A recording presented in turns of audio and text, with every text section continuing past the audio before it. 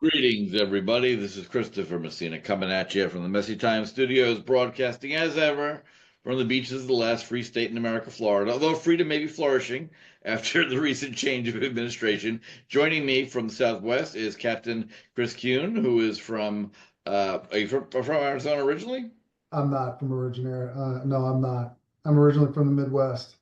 Excellent, excellent. Anyway, retired Marine Corps captain who's got a fascinating and harrowing tale to tell that I think is incredibly valuable for everyone to listen to because, freedom is often a pen stroke away, and he has lived that. So thanks for taking the time to come on the show. Thank you for having me. Uh, why don't we kick right off? Like, you've been a background. We're going to build it up dramatically so people can get really astonished at what happened to you. So you were born in the Midwest and straight to the Marine Corps after high school. Do you go through college, or what was your path? No, I went straight into the Marine Corps out of high school. Joined, enlisted, worked my way up the ranks. Was an infantryman, a Marine Corps Scout sniper. That was kind of my bread and butter when I was in the Marine Corps. And then I became an officer. Well, I got selected as 1% of the Marine Corps for the MESA program. And so that's a commissioning program for enlisted Marines. Uh, it basically sends them to college to get their education and then direct commissions them as a second lieutenant in the Marine Corps. Oh, So, nice. yep. So I did that, commissioned as a second lieutenant, and did the same old, same old. I started deploying to the sandbox, fighting terrorists and fighting our nation's enemies abroad. For which we And thank you heartily. I appreciate it. So I spent 22 years in the Marine Corps and I retired as a captain. Just time to go, 11 years enlisted, 11 years officer. I had multiple injuries, 2004, 2006. I was awarded the Purple Heart in 2006. A pretty traumatic injury. I suffered a brain injury. My left hemisphere, collapsed my lung, crushed my sternum, broke my back, broke my neck. Um, yeah, so I got jacked up pretty good. I had some good commanders and stuff that were behind me 100%. Because at that point they were just going to medically retire me, right? But I had about 18 years, but I was, multiple back surgeries, multiple knee surgeries, multiple this, multiple that. And my commander came to me one day and he's like, you know what, if you really want to stay in the Marine Corps, I got your back. So we submitted some forms and the Marine Corps said, hey, you can go, ride a desk essentially and be an adjutant. So I went to school, learned how to be an adjutant, a legal officer. And man, that was a tough job. I'm telling you, I literally saw they talk about the 1% of the Navy and Marine Corps. I saw that 1%. And I never had a gray hair on my head until I started doing that job, dealing with court martials, all those type of things. But that job just wore me out. So at 22 years, I decided it was time to go and decided to go work for the railroad for a little while. But that job was probably keeping me away from home, if not more than the military. Always on the road. And right around then was COVID, right? So everything was kind of get a little scratchy and a little bit fuzzy. People were starting to freak out. And so I decided to exit the railroad right about that time and went to school full time to get my MBA essentially. So I got my master's in business and a master's in human resources and just kind of floated it out for a couple years through the whole COVID thing. But it was January 6th of 2021. I got hemmed up. I decided to go to Washington, D.C. and got hemmed up in this dragnet of lawfare against its citizens. And what I'm curious. So, I was listening. I'm like, from your injuries, having dealt with a lot of guys who've been injured, you said I'm not going to leave. I'm going to stay in. I'm thinking you got fighting ready again after that. Then I realized no, it's going to be a desk job. I was going to Yeah, be wildly impressed if you went from that back to combat ready. So, but no, there was no going back to no, no, that. no. I mean, I'm glad you're fit and healthy and all that. But I was about to be like, wow, this is Yeah. Superman. So when January 6th was coming, like what? Because I knew a bunch of people who went, many of whom by accident, like either didn't go in or just wandered away before or stayed outside. What brought you there? I mean, do you have friends going, or you just decided it was the right place to be? No, I lived in a typical Midwest, city, a Midwest town, good neighbors, everything. And, nobody at the time was really talking about going to January 6th. And at that point, I was a legal business owner. I had my FFL, I ran a gun business, gunsmithing. So I was pretty content to be where I was at that point while I looked for other opportunities. But January 6th came around and I had met a couple of gentlemen that were Proud Boys. But I did gunsmithing for a few, sold some legal firearms to a few.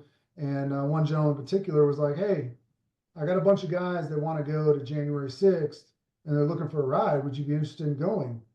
And I was like, no, I'm really not interested in going. I mean, deep down inside, right, we watched our country burn for 4 years, and there was a fire there for that.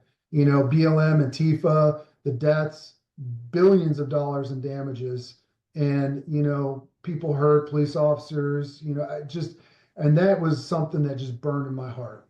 Yeah. And me and my wife really prayed about it. We really prayed about it, and I contacted this guy on January 3rd ish, maybe. And I said, hey, I'm interested in going. Who are these people? We'll kind of share the gas, right? Share the gas Sure. down to, not a big deal. So it wasn't until then, until the 4th, really, that I really decided to go because I was really interested in, protecting people. I had watched what they did, BLM and Antifa did to our country for 4 years. And I did not want to have that happen. Now, I personally don't care. You can be a liberal, you can be an No, I don't care independent, in the you can be a slightest. Republican. Yeah. But But you turn to violence. that's right. But I said I would support and defend the Constitution of the United States against all enemies, foreign and domestic. And when I took that oath, geez, now over almost 30 years, right, ago, to this day, I still felt that way. I still felt that there had to be people out there protecting the innocent, protecting the things that the government wasn't willing to do. So we prayed about it, and I decided to go. And we drove straight out on January 5th, took in the sights. I At that literally, point, it's just going to be a protest, yeah, right? I mean, yeah, that's what I thought it was going to be. right. That's what I thought it was going to be, Chris. I did. Yep. Sure. And little did I know, a lot of people ask me the days of the events that day, they asked me, did you see this? Did you see violence? I saw grandmas, I saw grandpas, I saw people praying, I saw people singing. It seemed to be a happy, very jovial event, very benign in nature. Yes, there were people out there protesting, speaking about COVID-19, a lot of things. It was not just about the 2020 stolen election. It was a pent-up irritation at just streams of leftist lies that the nation had been fed, was my interpretation. Funnily enough, I wasn't there, but like three of the guys I know who went were Orthodox rabbi and two of his students, right? So like not a real violent bunch, right? They Right. went and because they felt it was very important. They came up from New York and they left early because they actually was supposed to have a meeting at the White House about something else entirely. So the perspectives I've gotten of the people who've been there have been wildly disparate, right? Lots of Mhm. different types of people showed up, all with the same sort of notion in mind that something's going seriously awry here. And all we're being fed is lie after lie after lie, and I'm going to show up and say something about it. That's That's been right. my interpretation or my impression of what people have told me who've gone.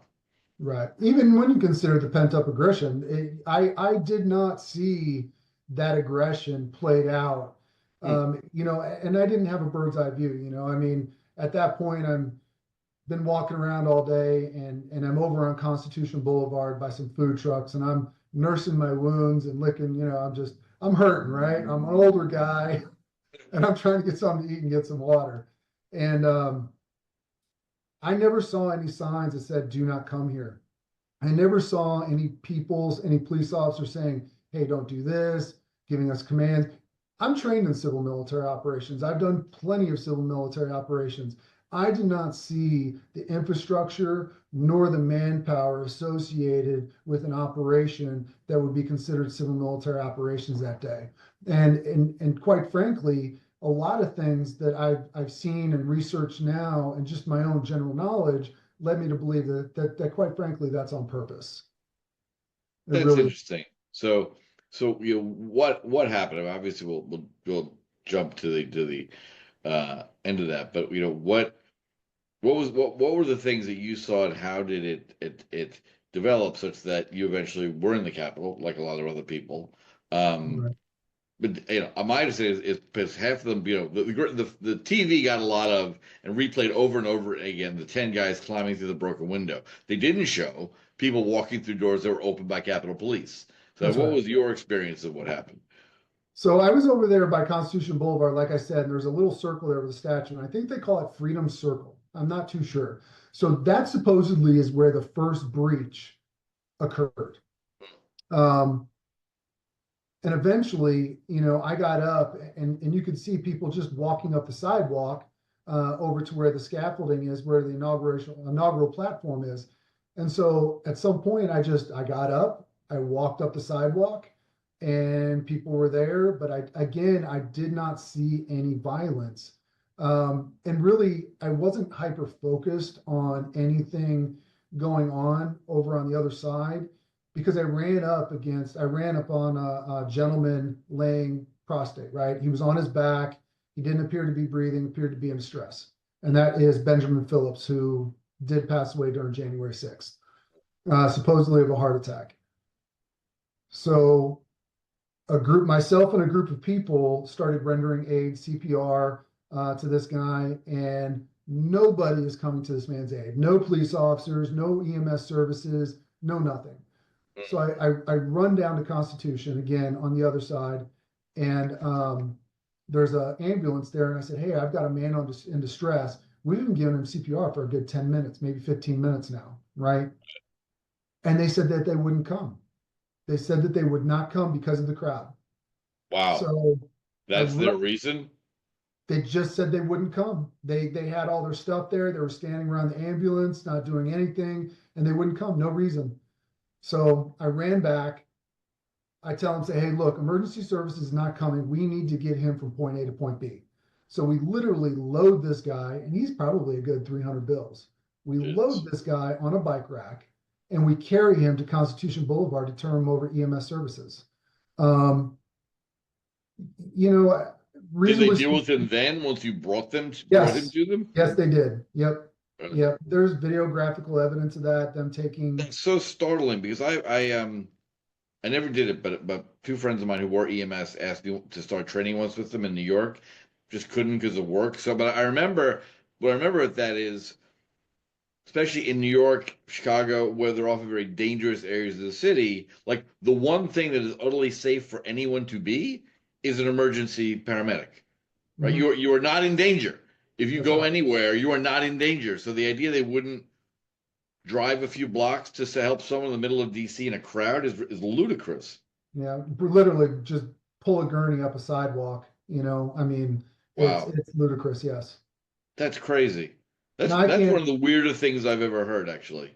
Yeah, and I can't, speculate whether or not he would have survived, but and I'm not an emergency medical services technician, but my thought is the longer you're giving somebody emergency aid, and to the tune of CPR, the less of a chance they have over a period of time, because you're literally just keeping this person, you know, oxygen and blood circulating in their body. I mean, what other issues might occur. So I'm not going to speculate on Yeah. that part, but I really believe if they would have gotten there sooner, there might have been a different outcome. Wow, that's horrifying. So that happens. You deliver the 300-pound payload to the EMS guys at their convenience. Yep. They clearly are unable to help him. And then what happened? So this is where it gets a little tricky, Chris. So when I came back, I was standing there and I was looking up at the scaffolding and the terrace, the west terrace where the inaugural platform was. That whole platform was filled with people. And if you've ever been to Washington, D.C. and seen the inaugural platform back there, I mean, there had to be 50,000 plus people on that area alone, not even including everybody around you. Just massive people just walking up the steps, not impeded. So I can't really say whether there was violence that day. I didn't personally witness it, but I was standing there And I was standing next to, I have to call him Aaron, because this is sealed and I have to be very careful. Sure. He is an FBI confidential human source. And I was standing there next to him, and his FBI records, his debrief says exactly this. He says, "Hey man, you want to go in?" And I was like, "I don't know, dude. I really don't think I want to go in there, but I'm really concerned that people, agitators, third parties are going to break, steal, or agitate other, do other kinds of nefarious activities in the Capitol. What did I come here for?" And so we kind of agreed, like I was like, "Yeah, let's go, type deal." But I didn't know he was reporting to his FBI handlers in real time at the point, right? So we literally just walk up the steps. I walked up a handicap ramp, waited my turn in line, walked through two open double doors, and I was in that main hallway. And when I tell people, they just, so I walk in there, I see this dude smoking a joint, right? I don't care. You want to smoke weed, right? But not in the Capitol, man. Come on, of all Capital. places you're gonna do There's it. no smoking in here. Yeah. Can't you I see the mean, sign? have a little bit of decorum and a little bit of respect, right? So I Right. say, again, pretty much, I'm going to use better language than that, but I said, "Hey, you know what? You got to go. The cigarette, the joint's got to go." So I stopped the guy from smoking a joint, and I made my way back to what they call the crypt. I did not go any further than that. While in the crypt, also there's videographical evidence, and this is kind of how they framed me up here. I digress. I jump back. So while I was in the crypt, there was a bunch of trash and littering stuff. I made people clean up trash. So I posted multiple videos of me, and it's on CCTV for the FBI and the Capitol, me making people, directing people to clean up trash, carrying a trash bag. You Yeah, so radical. yeah, I'm totally radical guy, right? I'm just a threat to democracy. Absolutely ridiculous. But the interesting thing is they said that I put a podium underneath the gate that closed off, right? So, but if you watch the footage, the confidential human source is the first one to the gate. He stops the gate, right? The gate comes back up. He goes over and he has a podium in his hand. He has a podium. He's pushing it 4 or 5 feet towards the gate where the track is. That would have prevented the gate from closing. And I'm sitting there doing something on my phone, taking a picture, texting my wife, doing something. And then I It's go really over there. nice. Yeah. And then I literally have my hands on the podium, and I was like, I did something, right? But I didn't put it there. And then the government said, "Oh, he stopped his gate from doing this, and he impeded law enforcement, and he did this, and he did that." It wasn't me, it was the confidential human source. And there was evidence there. So at that point, there was a lot of agitators. There was a large group of police officers. And I go up to this guy, and I'm like, and you can see there's video, I'm talking to this guy, and I'm like, "Hey man, what can I do to help you?" And he's like, "Can you make people leave?" Hey, roger that. Put my Marine Corps cap on and tell everybody to get the hell out, right? Guess what? People left. Sure. People left. And we literally exited the same way we came. And I left the Capitol that day. I was in there for maybe 25 minutes. Sounds like a hell of an insurrection. Yeah, insurrection, right? Absolutely ridiculous. But I think Ridiculous. this has been, and the reason why I said my previous statement is this has been 20 years plus in the making, right? Post 9/11, I get there was a knee-jerk reaction at the potential after the Twin Towers and potential further action against terrorists. I get that. And they come up with the Patriot Act, right? And everybody thinks it's a great thing. The Patriot Act specifically is unconstitutional on multiple levels. It violates Fourth and Fifth Amendment rights. It's an unconstitutional bill. And so in order to do that, they would have to ratify it by 2/3 of the vote of the consensus to change the freaking Constitution to actually make this a legitimate, act or bill or law. Yep. And so I think that is how we got where we are today, and allowing the government to overreach when we talk about lawfare, persecution, and prosecution in COVID-19 cases, in cases where people were just going to teacher board meetings, where we talk about January 6th, we talk about the raids on freaking January 6th houses, stuff like. We got there because of that bill. That thing needs to go away. Oh yeah, I will interject here to tell you that I lived in Manhattan. I was downtown on September 11th. It was the fourth time Islamic terrorists had tried to blow me up in the previous 5 years. When I walked back to Brooklyn over the Manhattan Bridge that day, and I finally reunited with my wife, thankfully. There's always time for humor in anything, right? And I said, this is starting to feel personal. Yeah. But I remember that because I'd been on Wall Street and did a lot of regulatory and legislative work in Washington, so I was more tuned into DC than most people are in the private sector. And when they came up with that Patriot Act, I remember reading it and I was like, "What is this shit? What on earth does this insane nonsense have to do with keeping this country safe?" And the answer was nothing, No. absolutely nothing. You're absolutely right. It has to go, along with a raft of other legislative abuses. But you are the living embodiment of what goes wrong when you give an administrative state ultimate power, right? The Yeah. FISA courts with all this nonsense, all this stuff, administrative justices where there's no defense attorney. It's crazy. So this hit you particularly how? What do they jam you up with? Well, I got charged. So I didn't even know what I was charged with, right? So apparently I'd been indicted on February 11th. The FBI raided my house. Some people are familiar, some people are not.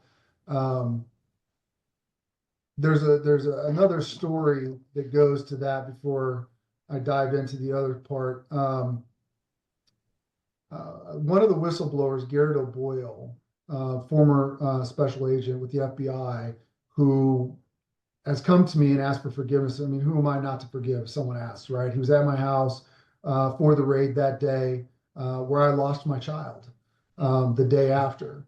And the FBI case manager, he had come out and said, look, they lied about you. During the briefing, they said you were violent.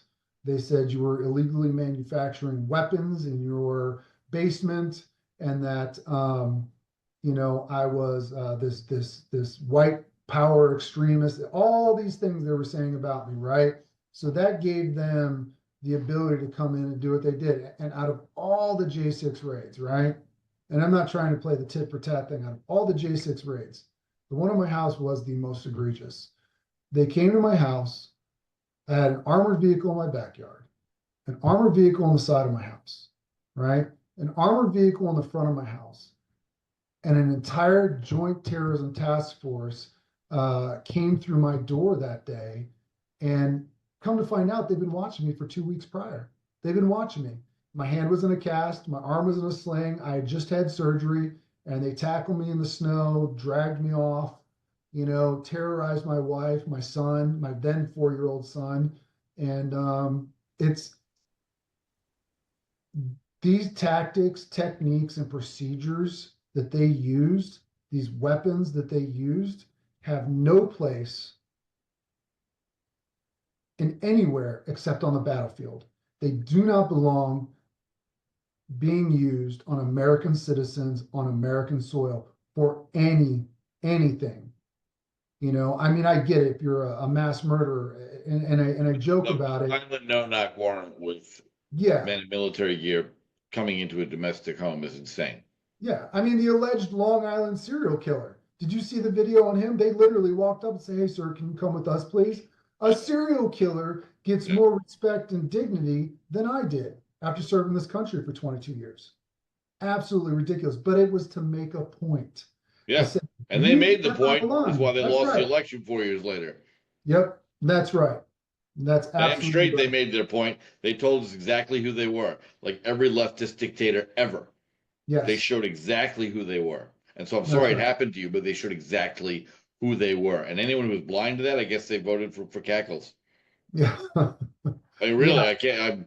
They're all stunned as to why Trump won. I'm like, I just don't know how to convey to you how your surprise is insane. Yeah. Really, Yeah, I don't know what universe you've been living in. Maybe it's the one created by MSNBC thought bubbles. But aside from that bizarre alternate universe, the world you're living in is insane that they did that to you that's and right. scared the hell out of your wife and your kids. That's madness. Yeah, my wife was pregnant at the time. They dragged her out. It's about 11 degrees. And, I mean, what do you think is going to happen? That's And crazy. she lost the baby the next day. And I'm in prison at this point, right? And so I come home, and Wow. my neighbor comes over and, I'm finally home. I get out of prison and I'm on house arrest, but I don't have an ankle monitor on, right, at this point.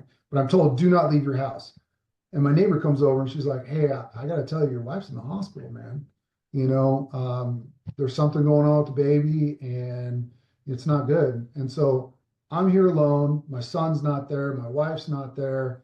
I have no phone. I have no way to contact her. And I was beside myself. It was one of those vivid points in my personal experiences that I just broke down. Something I couldn't handle, out of everything that I've been through. Sure, that's madness. I can't even imagine the agony of sitting there, not being able to call the hospital, having been told you're just getting out of prison, you're not allowed to leave here. That's right. I can't even imagine the choice I'd make if I was sitting in that position. I imagine I would have gone to the hospital and been rearrested. Yeah, I That's hor- did pass through my head, believe me. that's horrifying. It did. So that nightmare ensued, and then they went after you, right? Prosecuted They you all the did. way, and Well, I got charged with seven felonies, no misdemeanors, just seven straight felonies. I got the infamous 1512C. Um, I don't even remember at this point. But it took 4 years, right? I denied two previous plea deals. And I was willing to take this all the way and I told my attorney, Marina Medvin, I was willing to take this all the way. And then slowly but surely, as the years started to go by, and I say years, yeah, you start to see, defendant number one, convicted on all charges, 20 years. Convicted number two, sentenced on all charges, 15 years. And you started to see him fall. And I was like, man, this is what I have to look forward to. We filed motions to move it out of DC into Kansas, denied. Um, and I started watching the dominoes fall, and it came down to a point where we said, "Hey, we're willing to take a plea," and they offered me the civil disorder, impeding law enforcement, which is a Class C felony, the lowest felony, but a yeah, Class C. Um, they offered me that, and he basically said, "Look, I'm not going to take away your military service and what you did to this country," the prosecutor. But he's like, "I'm going to tell you right now, if you don't take this plea deal, I'm going to take you to trial. I'm going to find you guilty and I'm going to charge you with some other stuff. And I'm probably going to find you guilty on that. That is the bottom line." I could not stomach leaving my wife and son home alone. So I took the plea deal. I did. And yep. I got, and it was so bad what I did. They sentenced me to 75 days in prison, federal After prison. 4 years of this nonsense, and Yeah. this separate but related topic. I mean, the when the government is allowed to make the process the punishment, Hmm. that is a violation of the Constitution. If not in letter, certainly in spirit. You are entitled to a swift and speedy trial in this country. We weren't allowed to because of COVID. Right. Clock Right. the So speedy they make trial. up Yeah. this hysterical fake lie about a seasonal flu that's a two standard deviation worse than most seasonal flus. Um, so they set the stage with that nonsense. Yep. They've already got the Patriot Act in their pocket, and it's a perfect storm for any little petty tin pot tyrant who wants to ruin other people's lives, hiding behind the safety of an anonymous bureaucratic job he can't get fired from. That's That's terrifying. right. That's That's horrifying. right. Your story alone is a reason why to radically rechange this government. It's Yeah. horrifying. It is just horrifying. Soup to nuts. From telling people to pick up trash to a FBI informant who I assume he didn't get 75 days in jail. Oh no, he didn't get anything. He didn't get anything. But they didn't want to admit. So um, the FBI informant only plays a part in my case because we were in that area together. I think some other people tried to pull him into his case, and he testified in a couple other J6er cases. So what they did was they didn't like what he had to say. They didn't like what was in the report. So they sealed my case completely. And they said, well, we're going to impeach the confidential human source. That's the end of it. We don't want to hear any more about it. So that's it, you know? So I plead guilty to this. I would have never got a fair trial, and the confidential human source is washed away. So you you plead out because they terrify you with visions of leaving your wife and family Mhm. you locked up forever for walking around inside a building for 25 minutes that had an open door. Um, they scare you into doing that. It's rational. I mean, I get it. I mean, they do it all the time to people. Uh, and then as a result of that, because you're convicted of a Class C felony, your FFL license is gone. You can't have a gun anymore. Like, all that stuff is taken away. Um, and then that's how Banner's arrested until I guess Trump got inaugurated and decided that he was going to rationally reverse this radical injustice. And I'm gonna beat you to the punch and tell my listeners the great news that you were part of the pardon. All right, excellent. That's great news. So that's a complete and utter pardon. It's expunged. You can go back to owning a No, firearm. No, really. no. So that's the misconception, and I've been trying to let Wow. people know on X. So I got a complete and unconditional pardon, right? So the pardon waives, like I didn't have to do any of my probation, my house arrest is done, everything is done, right? So I filed this in the court as a matter of record, just in case. And this pardon will show as a notation anytime somebody pulls up my background check, right? It'll show that I was pardoned, but I still have a felony conviction on my record. And yeah, the process is the punishment. And so I have a complete and unconditional pardon, but I'm still a felon. But with this pardon, I get back my rights. I can vote. I can sit on a jury. I can run for because there's some offices you can't run for because of a felony conviction. I can run for office, and I Members of get the my Senate. firearms back. Yeah, Sorry, go ahead. I was but I making get a my joke firearms about back too. congressmen not having to pass that hurdle. But so you run for office again, but firearms, no, that's still No, I'm good. I can have my firearms back now good. that I have my pardon. So I have my Second Amendment rights back. Thank God. Yeah, thank God. Thank For God. real. Wow, that is just a horror. Thanks for sharing that. I mean, it is the biggest problem I've seen, and I'm, certainly here in America, but I've lived and worked in horrible countries, right? And where most Americans don't get to visit unless they go to shoot people that need dying. But prior to them becoming a war zone, Americans just don't get how good we have it. Like That's the right. arbitrary power of the state normally doesn't come slamming down on people.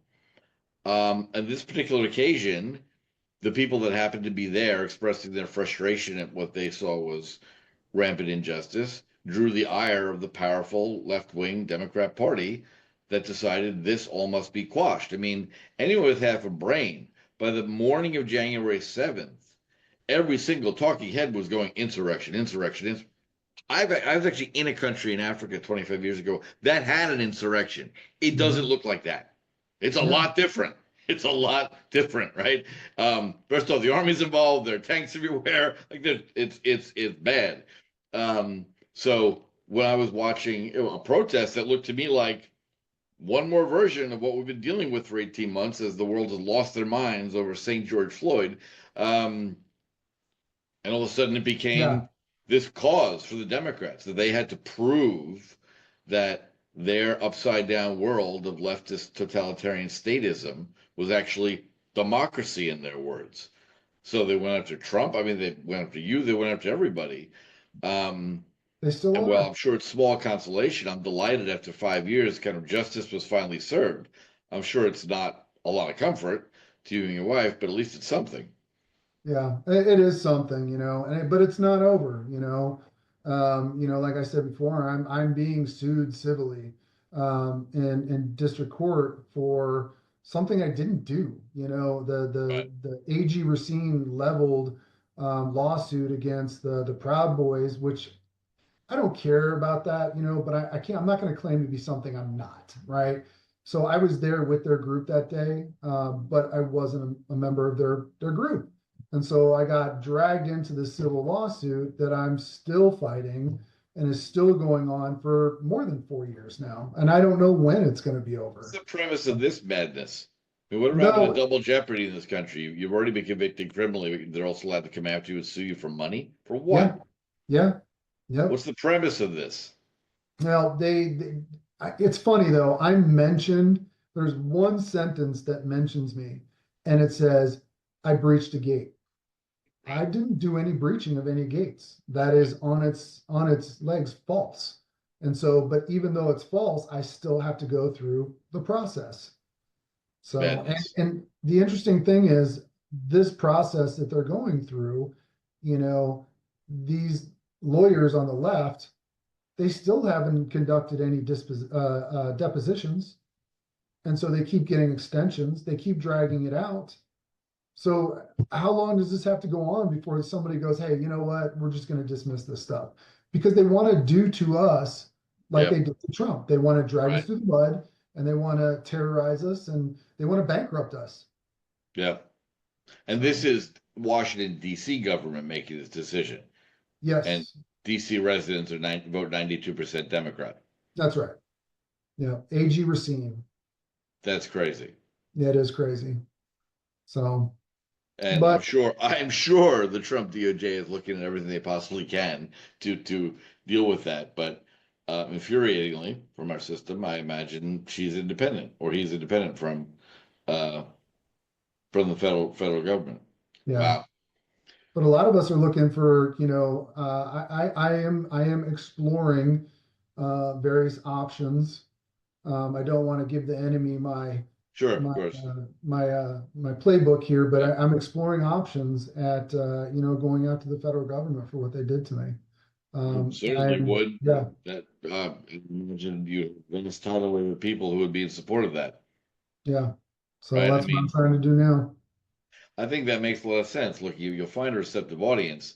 Um, the world watched, well, some in leftist applause, the rest of us in horror, as Biden fired every service member who wouldn't take a jab they didn't need, and Trump just reinstated them all with back pay. So, in a parallel fashion, this sounds like you had a government that went after people for no reason whatsoever, wasted years of their lives, cost them lots of money. Mhm. That sounds like a kind of parallel case.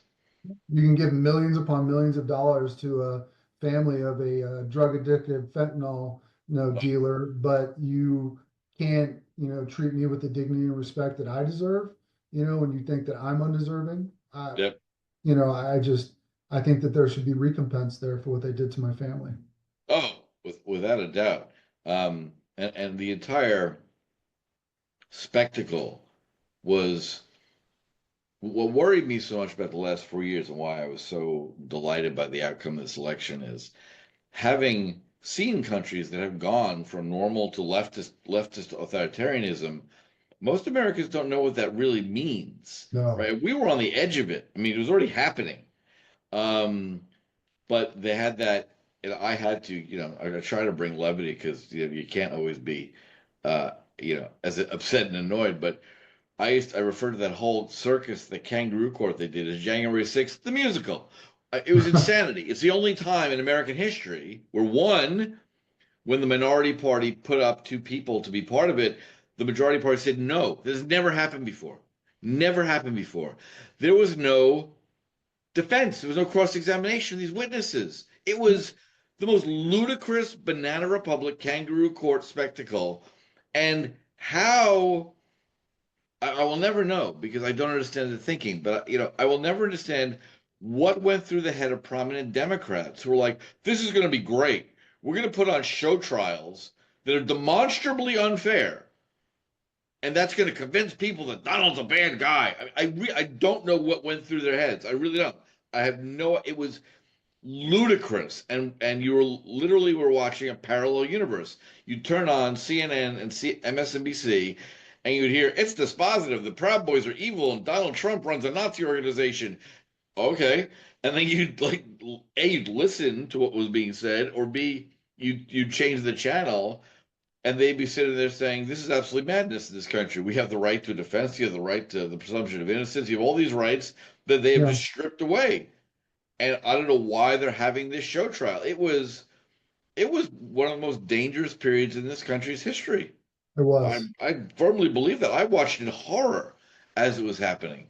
So I wish you luck. We don't have to talk more about what the plans are because that's obviously not helpful. But um, what's your sort of overall takeaway from this? Like what you've been through this madness again. Serve your country, got wounded in the service of your country, came back from all that, and then in thanks, this is what your government did to you. And what do you say to people about what they should be paying attention to? You know, like you said before, the American public, and I'm not going to say at large, but there's a large population of the American government that don't understand what tyranny is, don't understand what war is, don't understand what how close we got to losing our country. They live in some kind of, like you said, parallel universe. So what I've been trying to do is go out there and essentially my small platform, just educate people and tell people about my story and say, hey, look, if we don't change this, this could potentially be you. 4, 5, 6, 7, 8 years later. Our country, I don't believe right now. Thank God that Donald Trump is in there, but I don't think our country could handle another incident like this in our history without falling apart completely. Because Yeah, you have groups of people that are so divided. I can't even talk to somebody who's a liberal and have them understand where I'm coming from because I tell them the sky is blue and they tell me it's purple and they will not believe anything but that, you yeah. know, and they want to, keep their head in the sand about, the realities of where this country is in. I mean, I want to say we're as fragile, if not more right now than when our founding fathers first founded our country. I believe that we are at that tipping point if we do not straighten up our shit. When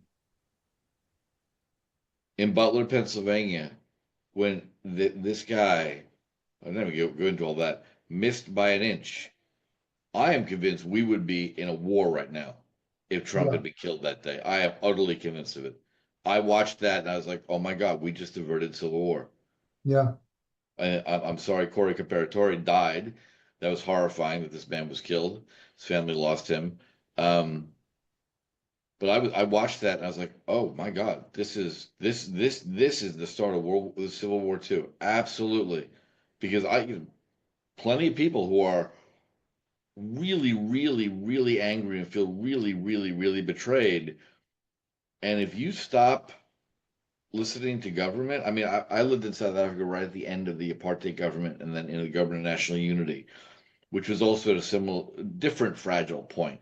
Um, went through this whole Truth and Reconciliation Committee thing, and then it is devolved into a nightmare, right? The moment the people stop believing they should trust the police, it became a nightmare because it was that cycle. The cops would arrest someone because the law enforcement was not strong enough. In Clinton-Wisizwe, which was the guerrilla arm of the ANC that Mandela mhm, set up, they were trained soldiers. They went off for training in Russia. They went off for training in Congo. They came back. They were guerrilla fighters. They overthrew the apartheid government. They won. But then there was no economy for them to be part of. So they began to form street gangs. Well, people hear street gangs, they think 16-year-old punks in LA, not 30-year-olds who are trained military veterans. And so they were dangerous. And they would carjacking and business stealing and ripping copper out of building. I mean, craziness.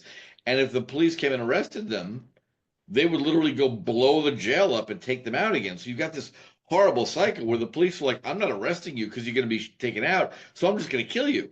Well, then the rational response is what? You start shooting the police. It devolved into violence terribly. And the Western media never wants to report on it because that destroys the myth of the great rainbow nation. Right. Um, but that society has fallen apart, and it still is worse to go. There's still some degree of comedy, but yeah, Butler made me really really nervous. I really that made me really nervous. In I your think it's why they experience, though, had how the close did we inauguration get in the here? rotunda, quite frankly. Yeah. I mean, how close did we get here? I mean, I mean, your experience is there. I mean, when you look at Antifa burning down buildings, the Yeah, streets, the and no 11th, one's doing anything about yeah, it. and And then you the defund pointed the out police. it was living in an Orwellian nightmare. People be telling me, I'm like, my favorite was this journalist out in Portland, I think, Andy Go, was a Oh Vietnamese yeah, a son of Vietnamese immigrants who was attacked, and Antifa, he had someone had gotten into some of their meetings. They had handbooks. They told you how to use the Tor network and VPNs and have never to leave a trace online. And they always covered themselves in black blocks so no one could be identified. Like they were organized. And you had Joe Biden and Kamala Harris looking in the camera saying, Antifa doesn't exist. It's an idea.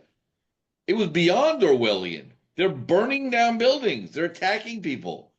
And we're hmm told they don't exist. It's an idea by the government. I would look at my liberal friends. I'm like, are you listening to what I'm listening to? This is and insanity. I'll take it a step further, Chris, and I really believe this. If you look at some of their tactics that they used, right? You look at, no, I'll just come straight out and say it. It's kind of an asshole move, but I'll say it. If you look at all these young men and women, and I use that term lightly, that are part of these groups, they don't know their ass from a hole in the ground, and that's just the reality. Yeah. Do you think any one of those people would come up with the tactics and techniques and procedures that they used during those civil operations, those No. uprisings? No. They were trained by other third parties for the sole purpose of disrupting the United States of America, sowing hate and discontent. And if it had gotten any further, the defund the police, what would we have gotten? We might have gotten some brown shirts in the streets. Oh It could yeah. have gotten that bad, but Yeah. luckily it didn't. No, luckily it didn't. There's enough pushback. But I wrote about a bunch of these clowns on my Substack, and a number of them who are always rampant Jew haters. So when October 7th came, they really started to make a lot of noise about how evil Israel was, right? Only country in the world gets attacked, with 1,400 people are killed and 250 hostages taken. It's their fault. Um, but a bunch of them trained in Cuba, like no mystery, right? Yep. Pictures smiling with the leaders of the Cuban army, and they're here in this country so far. We'll see how long that lasts. But the last 8 years were madness. Yeah, it just they opened the borders wide open, and the hallmark.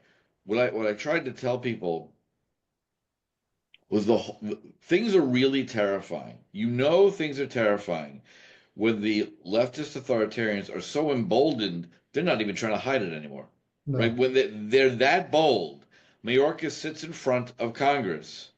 Well, we're watching video of people streaming across an open border and looks the American people dead in the eye and says, like Groucho Marx, Yeah. who do you believe, me or your damn lying eyes? Yep. 800,000 men of military age poured across that border from countries on the terror watch list that we know of into a country where it's easier to buy a gun than a car. Yep. I mean, I hope that Homan does a great job and we can round them up before anything worse happens. But I've thanked God repeatedly every day that the horrifying scenarios, having lived through September 11th, that was 19 guys, 19. And I would talk to friends in your NYPD, said, what is your scenario training? Like, if you get 3 cells of 20 experienced combat veterans from Afghanistan who get Devastating. armed up and decide to attack the Metropolitan Museum down to, like all at once, like what's your estimate of how many tens of thousands of people are going to die before you can stop this? And they're like, it's our nightmare. We're Yeah. cops. It's our nightmare. If you've got clever people who know what they're doing and jam radio signals and get into the tunnels, and it's hundreds of thousands of people. And thank God it hasn't happened. But I was terrified, still terrified at that. I mean, they're here. The guys they found, the Chinese nationals, were Yep. training for rifles, sniper rifles in Texas, Hmm. and someone decided to like call Homeland Security and say, "Who the hell are they? Why are they here? How did they enter? They didn't know." I mean, anyway, Yeah. we go on about that forever. But Okay. what is so what's your last piece of advice to people? I mean, I just tell them to pay attention, to get involved, Yeah. and keep your eyes open. Yeah. Pay attention, get involved, keep your head on a swivel. Never, ever, ever talk to the FBI. Ever. Never, Lawyer up, don't say anything. never, Um, ever. ever. No, we need people to get out there. We need to be, we talk about making America great again. We need to make America smart again. Yes, We need people to understand there's a whole generation of kids out there. We were in school. I'm in my mid 50s. I'll just leave it at that. And it's a good age. It's a great age. yeah, and so, we learned about, our government. We had to memorize the presidents. We had to understand. They don't do that anymore. And We that's need, deliberate. yeah, That is absolutely deliberate. The Bill Ayers, remember the Weather Underground? yes. Um, so I had a friend a couple of years ago who grew up in Winnetka with Bill, right? So rich suburb of Chicago. If Bill Ayers had been a middle class kid, he'd be rotting in prison to this day for the bombings the Weather Underground did, right? But Daddy was rich and connected and got him off. Even then, Yep. he went into hiding with his wife, who then they gave birth to that crazy maniac, Chesa Boudin, who became the district attorney of San Francisco. So the Mhm. rot is deep and evil. Didn't he But get a pardon? he might have probably I from thought he's I an idiot thought Bill school. Ayers, a couple of the Weather Underground, they got pardons. I'm sure they did. That Yeah. would be part of the course. Um, but this was right after I guess his first trial when he's exonerated, and so he's in his early 20s, and he said to a friend of mine now that they were in high school together, they knew each other. He said, "We've decided, the Marxists in America here, we've decided to emulate the Society of Jesus of the Catholic Church. The Jesuits said, you want to change society, you go into education, you change the next generation. They Mhm. have been deliberately doing this since the 60s. They created the Department of Education under Jimmy Carter to spread nonsense Marxist propaganda. It was around then. Remember, you go back and look at the curricula for schools prior to the Department of Education. It was hard fact-based stuff, Mhm. history, science, right? Then it became social studies. It all Yeah. begins to get a little vaporous, right? Where you can't force the little darlings to memorize facts because then they'll know what happened, Yep. right? The number of American high school students who can tell you when the Civil War was is some embarrassingly tiny percentage. So this was deliberate. This was not an accident. This is a decades long leftist march through the institutions. They Yep. ended up in college because the dumbest policy in America was to allow educational deferments for the Vietnam draft, right? Yeah. So rich daddies sent their little darling to college, and 4 years later, the war's still going on. Oh, I guess I'll get a master's degree. Yeah. 2 more Liberal years. It's studies. still going on. Oh my God, I guess I'm going to get a PhD. And we ended up with a generation of men who, from a societal standpoint, never became men because they dodged their duties and they Mhm. infested our universities and lied to our kids for 30 And years. they teach history. Yeah, or their version of it, Yes, their version of it. the people's history from Comrade Howard Zinn, all that crap. I always tell people that Joe McCarthy had a good idea, but he lacked follow through and grit. So anyway, there's a big headache. I think there's a huge amount of work for us to do. I hope your story can be illustrative to people because it no one ever believes this can happen until it happens to them. That's And right. that is one of the most insidious powers that any totalitarian government has. They tell you everything's fine. And if someone speaks up, that's a malcontent and he's lying to you and we're here to protect you. Get really nervous whenever the government says they're going to protect you and they want to take away your guns and rights to free speech. That's right. No, they tried it with the red flag laws and, Oh yeah. started weaving those in there and, going after military veterans and trying to weaken our country. I just thank God this country is moving in the right direction and, where men can be men and women are women and we can get back down to the basics of life, liberty, and the pursuit of happiness. as intended by our forefathers. Uh, Amen. yeah. I can't think of anything better to end with. Yep. But thanks again, both for your service and the endurance you showed in going through your confrontation with what should have been your government, and for a while was not, and hopefully is now again. And importantly, lest anyone mistake what I'm saying, this government is for everyone, not for one side or the other. You don't get should no one should be persecuted, and I mean that, not just prosecuted, for their political beliefs. Period. This is not a time where we're like, well, now we're going to go at the lefties. No, no, we'll tackle them on the battlefield of ideas. That's fine, and we're confident we can win because only people who are scared that their ideas will lose want to censor you. That's right. So thanks again. Appreciate it. You're welcome back anytime, and I look forward to hearing good news about the next steps. Absolutely, sir. Thank you for having me.